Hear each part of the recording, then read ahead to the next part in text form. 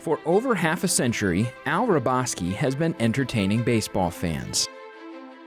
You might see him signing autographs or taking pictures at the ballpark. Or maybe it's his commentary during a Cardinals baseball game. Or perhaps you stopped what you were doing to catch a glimpse of the colorful Mad Hungarian when he came in to pitch and shut the door on the opposition.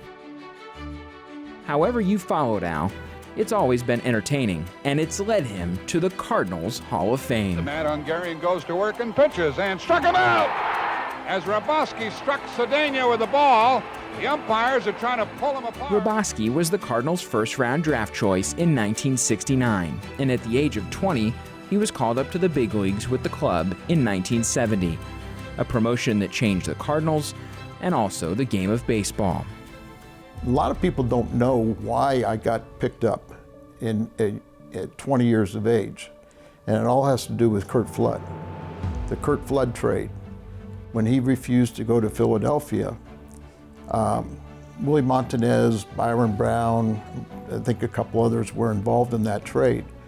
But at June 15th of 1970, the Cardinals owed Philadelphia a player. They could pick anybody in the Cardinal organization that wasn't on the active 25-man roster.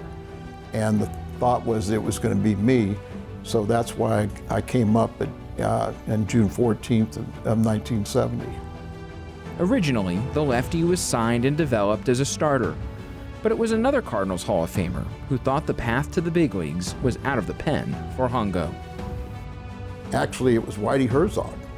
In 1971, we didn't have an instructional league team, and Whitey was running the Mets farm system. Bing Devine, the Cardinal general manager, had given Whitey his first job outside of playing, and he said, he asked if Mike Tyson, Ed Kerpeel was our #1 draft pick that year, and myself go to the Mets instructional league team and play for them. And Whitey wrote a very favorable report on me, saying that, no pun intended, but I could be a short reliever. And I remember him telling me that Bing's called him and said, you know, what's the deal? All of our guys think he's going to be a starter. He goes, no, he's too emotional, too hyper. You know, you got to make him a reliever. And so then it was kind of the thought process that I'd be a reliever. A reliever was born. Hrabosky bounced between MLB and the minor leagues for 3 seasons after his debut, before finally sticking with the Cardinals in 1974. A reliever was here to stay, and so was a new fan favorite in town.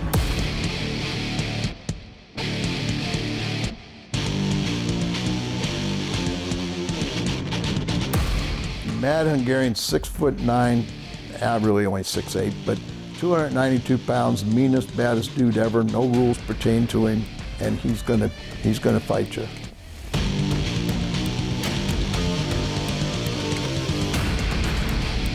The Mad Hungarian was born, and in many ways, Al was ahead of his time. He used visualization as a way to get himself prepared and to be the closer that he wanted to be and that the team needed. During the All-Star break of '74, I was on somewhere I chipped a tooth, and I'm not a fan of dentistry. And I'm in the chair and white knuckling, and I'm trying to do this, and I started thinking about what I had to do for my concentration. And one of the things I did in the minor leagues when I was a starting pitcher is at the end of an inning, when they're throwing the ball around the horn, I started visualizing me walking behind the mound and visualizing winding up, seeing the ball, you know, doing everything, staying on top of the ball, seeing a positive reaction of a swing and miss, and then basically kind of went through a little mental pep talk and then tried to physically duplicate what I just did mentally. The first time I did it, the ball went exactly where I wanted it, and it was just like a light bulb. The light bulb had gone on, and a star was born. The Mad Hungarian had emerged.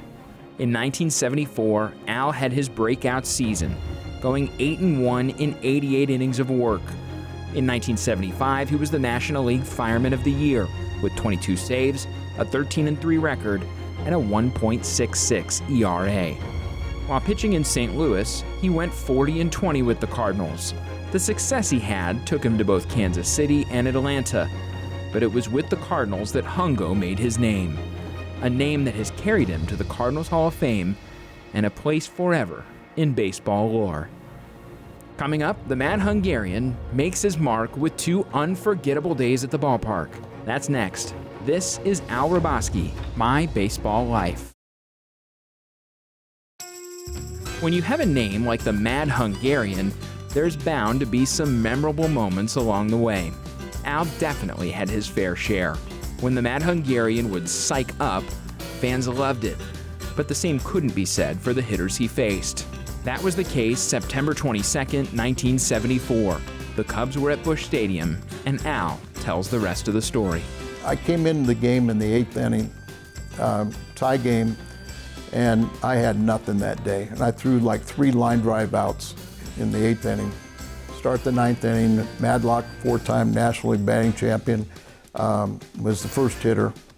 And when I went behind the mound, he went to the on-deck circle.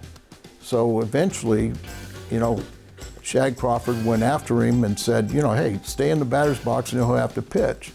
And whatever Madlock said, and Jim Marshall was their manager, and he was arguing with him, and he walks back to home plate, and Teddy's sitting there, and I'm standing on the mound, and he orders me to pitch. And I'm not the smartest guy in the world, but when an umpire tells you to pitch, and it's an automatic strike and there's no batter there, I got a pretty good chance of getting the guy out. So I throw the pitch, and Simmons reaches up and catches it, strike 1. Now Jose Cardinal was the on-deck hitter. He jumps in the batter's box. Madlock, he's telling Madlock to get in the batter's box, and I was ordered to pitch. So I just wind up, and Cardinal's trying to swing at the pitch. Madlock's trying to get out of the way of the backswing, swing at the pitch. Ted's like this, and Shag's in perfect position to make the call, and somehow it started a fight, But Teddy throws the punch at Madlock, and after they broke up the fight, and it was a good one. It kind of went all over the field, and none of us got thrown out of the game. But I told Teddy, I said, Teddy, what did Madlock say to you through the punch? He goes, I don't know, man, there's just too many bodies around me. While the video of this memorable day has surfaced, there was another night on national television that Hungo did his best Houdini act in getting 3 Reds right-handed batters after allowing the first 3 to reach. Ken Griffey, Joe Morgan, and Dan Dreesen all reached base against Hungo. He was hearing it from the commentators that night. One of those happened to be Howard Cosell. I also would dream every night about coming into a game with the bases loaded, the best hitter in baseball up, and 3 balls and no strikes and no outs in a tie game. And I would visualize this, and to the point where I was comfortable coming into that situation. And I remember going off the back of the mound, and I said, okay, here's the situation you've always dreamt about, now go have fun with it. And proceeded to strike out Johnny Bench, and then George Foster, who that was his MVP season, hit 52 home runs. And then they sent up Bob Bailey to pinch hit. And I knew it, I didn't know if I was going to strike him out, but I knew there was no way they were going to score. It was one of the first games that Howard Cosell did on a Monday night baseball game. And they said he buried me when I loaded the bases. And then when I struck the side out, then he had to just sit there, and it's the first time he ever shut up in his life. Hungo was always entertaining, and that included his appearance. Long hair, facial hair, and in particular, his Fu Manchu. But not everyone was on board with it. Coming up, a decision that nearly changed the Mad Hungarian's look in a Cardinals uniform. It's the biggest mistake I ever made, because I have the utmost respect for Gussie. I mean, he owned the ball club at that time, and that gave me that opportunity to play with the St. Louis Cardinals. So, like I said, it's the biggest mistake I ever made, in my baseball career. I intend to call your bluff, and you said in the newspapers that you could only get batters out by being psyched up with your mustache and beard. Then go on ahead and grow it. But boy, are you going to look like a fool if you don't get batters out. Here comes the beard, and if you don't win from here on out, Well, it's going to be rough on you, isn't it?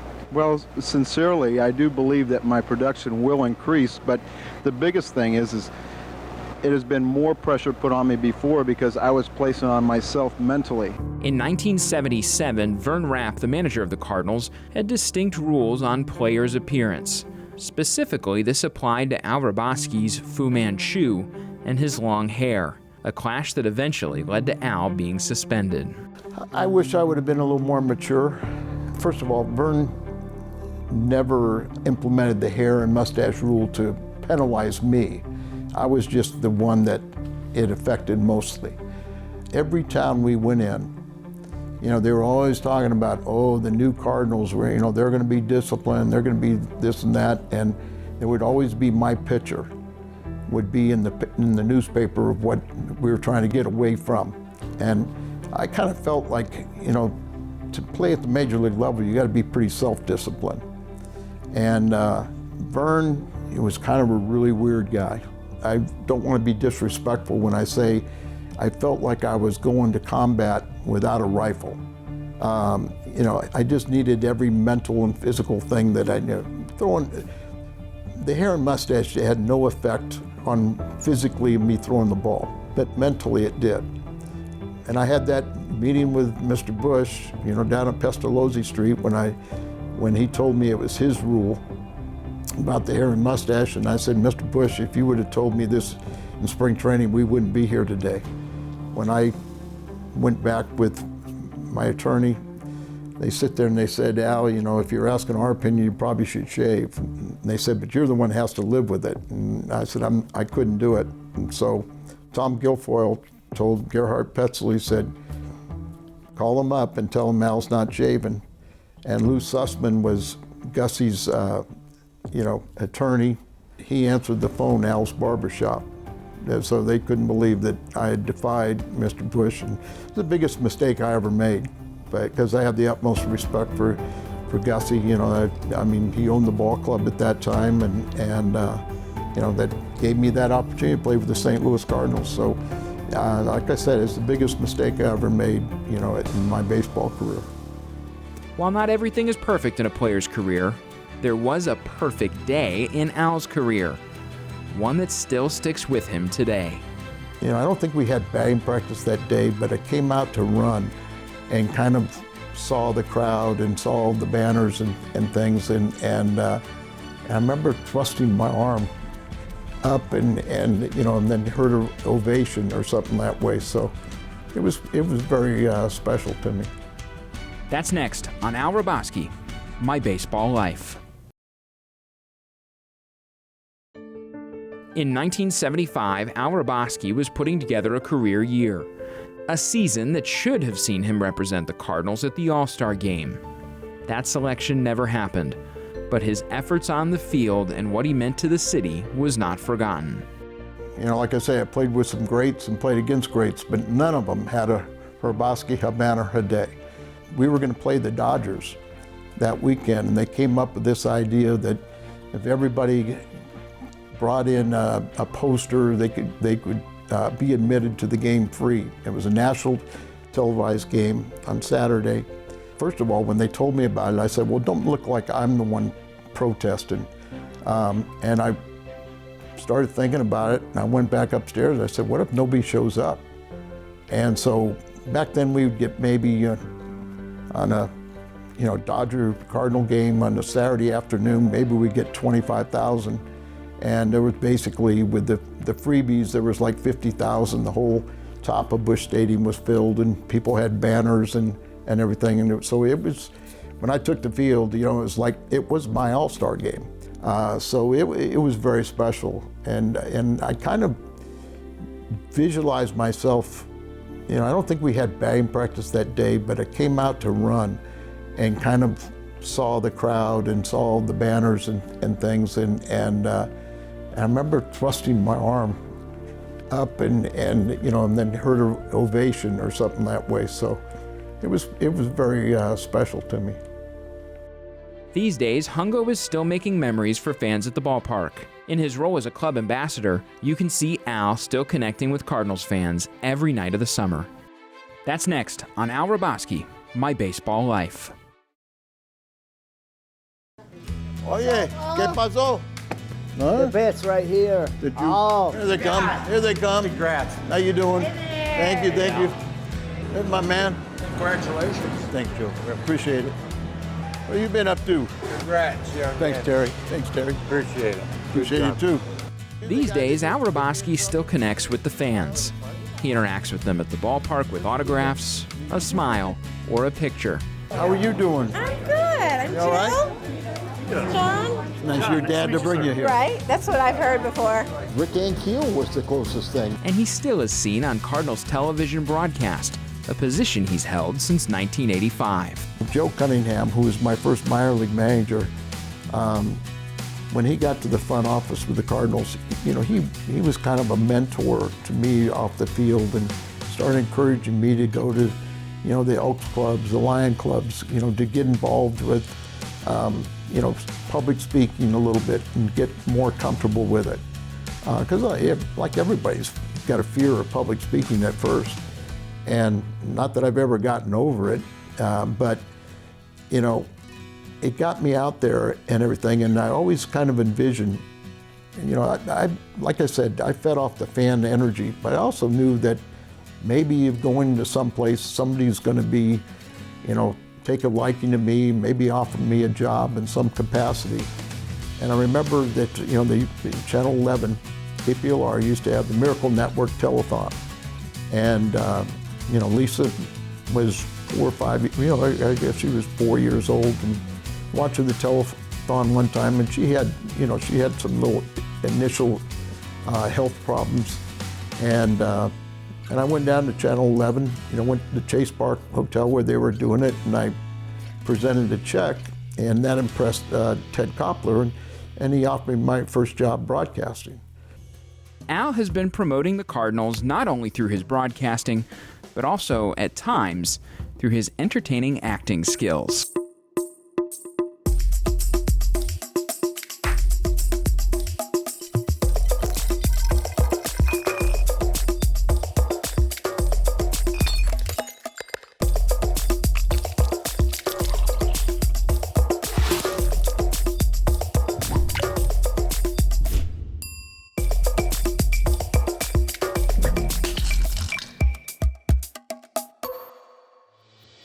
While on set, Hungo receives the news of a lifetime.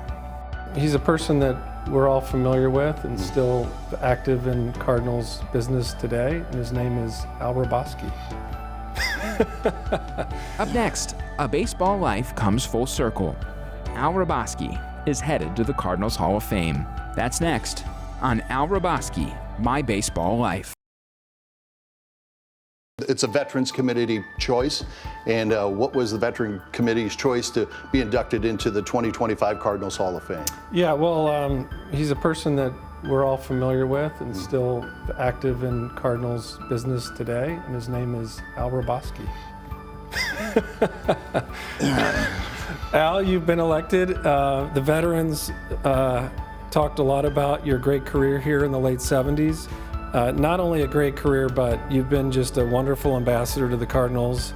I was thinking about this morning how I was going to tell you, and one of the things that occurred to me is you probably know more Cardinals fans by their first names than anybody on the planet. You've been with us for so many years. You have so many wonderful relationships, and you're a true Cardinal, and I can't wait to put that red jacket on you. I forgot all about the Red Ribbon Committee. And so, and I told Scott, I said, you know, just do it yourself. You don't need me. And you know, I'm not going to be on the air. It's going to look kind of awkward. And he goes, no, we need you. And finally convinced me, only because he said, I need you to talk about Renteria and Walt. But when Billy said in the third, and said it's a guy that's been around a long time, then I had an inkling. But until they say your name, you know, it means something. This means an awful lot to me and my family, and I gotta say thank you, because the DeWitts have been phenomenal to me, and I think to the Cardinal Nation. But through Anheuser-Busch and through your ownership, I've been the luckiest guy in the world. Thank you. Great to hear. I'm really thankful that going in as the Red Ribbon Committee because that tells a little bit more about my playing career than, being an organizational pick because of what I've done the last 40 years being with the ball club. So I'm proud of my career. I just enjoyed competing. And for a while I could compete very well against the best. But just being on that field and competing against, some of the greatest players ever and playing with some of the greatest players ever that's all the memories I really need.